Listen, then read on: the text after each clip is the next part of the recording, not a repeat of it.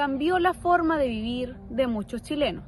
Algunos consideran que fue una medida que aportó al desarrollo del país, mientras que otros opinan que fue un proceso perjudicial e injusto.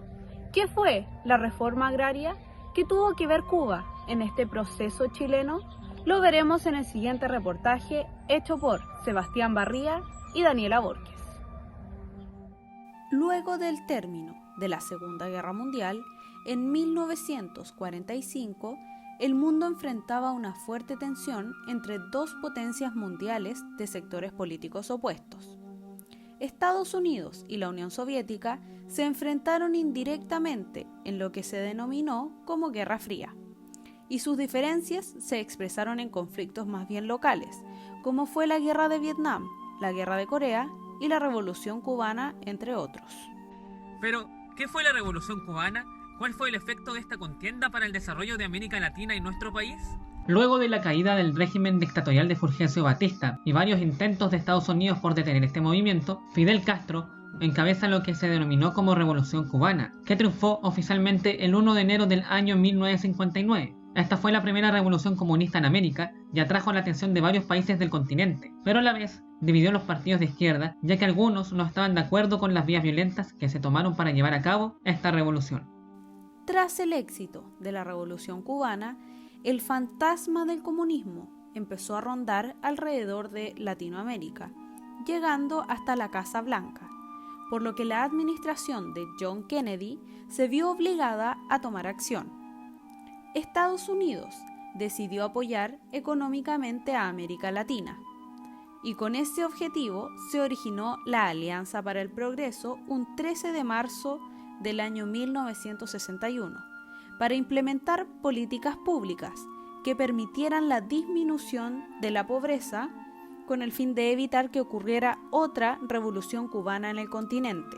En el marco de la implementación de estas políticas públicas, se llevó a cabo la Ronda de Montevideo, que reunió a Estados Unidos y algunos gobiernos de Sudamérica, entre ellos Chile, con el objetivo de hacer presión para que se pongan en marcha los procesos de reforma agraria en estos países. Es por esto que, en el año 1962, el expresidente Jorge Alessandri Rodríguez implementó la primera ley de reforma agraria número 15.020, que le permitió distribuir las tierras estatales entre campesinos y organizar instituciones fiscales para llevar a cabo la reforma en el campo, siendo este un cambio muy modesto, ya que la reforma no perjudicaba a los latifundios privados, produciendo escasos cambios en la estructura agrícola del país. Es por esto que muchos ciudadanos la terminaron llamando la reforma del macetero. La tensión y polarización aumentó en el país de tal forma que la reforma agraria llegó a tener una repercusión a nivel nacional tan importante que se transformó en el eje central del debate de las elecciones del año 1964, que terminó ganando el candidato de la democracia cristiana Eduardo Frei Montalva, con el 55,7% de los votos, evitando así el triunfo del candidato Salvador Allende Gossens, apoyado por el Frente de Acción Popular, lo que podría suponer un alivio para la élite chilena frente a las reformas que se estaban dando en el campo. Sin embargo, fue Eduardo Frei Montalva quien profundizó la reforma agraria en el año 1967, bajo la consigna La tierra para el que trabaja, a través de la ley número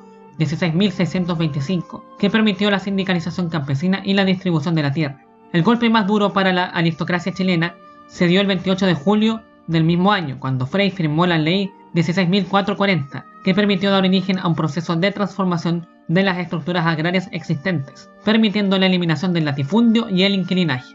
Para mí era inconcebible que una persona de un esfuerzo tremendo como había sido yo, y que había llegado a comprar este campo con este mismo esfuerzo, me lo fueran a quitar. Yo consideraba que era ya, pero la injusticia más grande que se podía dar en el mundo. Aunque hay algunos que lo quieran criticar, le devolvió la dignidad a miles de chilenas y chilenos que antes estaban sometidos a prácticamente una semi-esclavitud. Y así fue como la reforma agraria terminó con el orden tradicional en Chile efectuado por la hacienda y el latifundio. Esto debido a las leyes de distribuciones de terrenos, que afectaron principalmente a la aristocracia chilena, ya que a esta la posesión de tierras y su concentración les permitió obtener grandes ganancias económicas, que a su vez les permitió también comandar los hilos del poder en la nación alrededor de 400 años.